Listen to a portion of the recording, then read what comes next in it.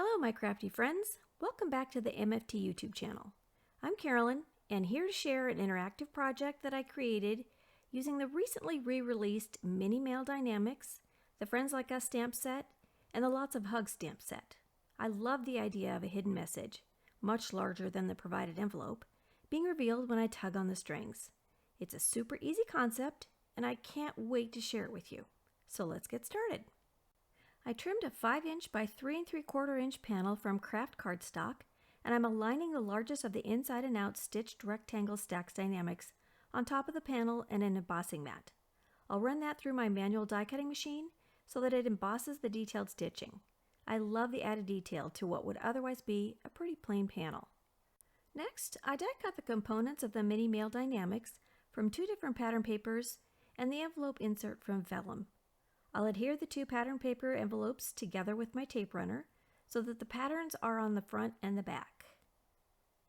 Then I'll add more tape runner to the back of the vellum and I'll adhere that to the inside of the striped side of the envelope.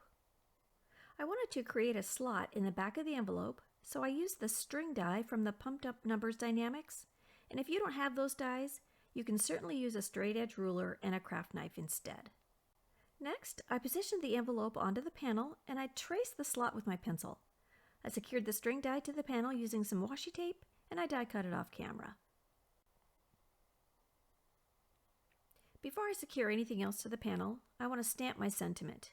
I chose one of the sentiments from the Lots of Hugs stamp set and I stamped it onto the panel using black ink. I've added some tape runner adhesive to the back of the envelope and I'll adhere it to the panel, making sure to align the 2 slots. Next, I trimmed a piece of white cardstock that measures 1½ inches by 4 inches, so just slightly narrower than the slot opening. I used the scallop note die to die cut the top of my insert. I'll secure the die in place with some washi tape, and I'll only die cut the top edge of the insert piece. Now I need to do a little bit of planning. I want the inside sentiment to be hidden completely by the envelope, so I'm sliding the insert into the slot and pushing it down so that the top of the insert sits just below the scored line of the envelope flap, and I'll mark the area just above the front flap with my pencil. I'll also mark the line where the insert extends beyond the panel. This will help me see how much room I have to stamp my sentiment. And don't freak out, but I use my scissors to cut apart the sentiment from the Friends Like Us stamp set.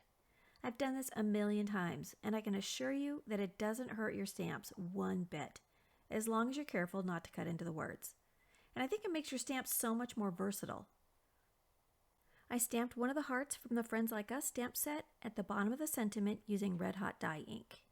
Now that my sentiment is stamped, I can slide the insert through the slot and position it so that the bottom of the sentiment just peeks out above the bottom flap. And then I'll flip the panel over and adhere a strip of cardstock to that insert. This will act as a stopper to keep the insert from sliding all the way out of the envelope. And once I can see that the sentiment is completely hidden when I slide the insert back into the envelope, I can use my scissors to trim off the excess insert piece so that it doesn't extend beyond the main panel. Off camera, I adhered some 1/16 inch double-sided tape to the bottom flap, and I'll remove the liner paper using my tweezers, and then I can adhere the 2 side flaps to the bottom flap to complete my envelope. I'll use my crop-a-dile to punch a hole at the top of the insert, and I'll thread some baker's twine through the hole and trim off the excess with my scissors. This is a super easy way to let the recipient know to tug on the strings to see what awaits them inside. I've added some foam squares to the back of the image panel, making sure not to place any adhesive where it'll interfere with the movement of the insert, and then I'll adhere it to an A2 top folding white card base. As a final detail, I die cut some hearts from some red hot cardstock using the heart dies from the Tag Builder Blueprints 5 Dynamics. I've adhered them to the image panel using some liquid glue. And you can see when I tug on those strings, my hidden message appears, which is exactly what I had hoped would happen. I feel like this is an interactive card that anyone, from beginner to expert, could do without too much trouble.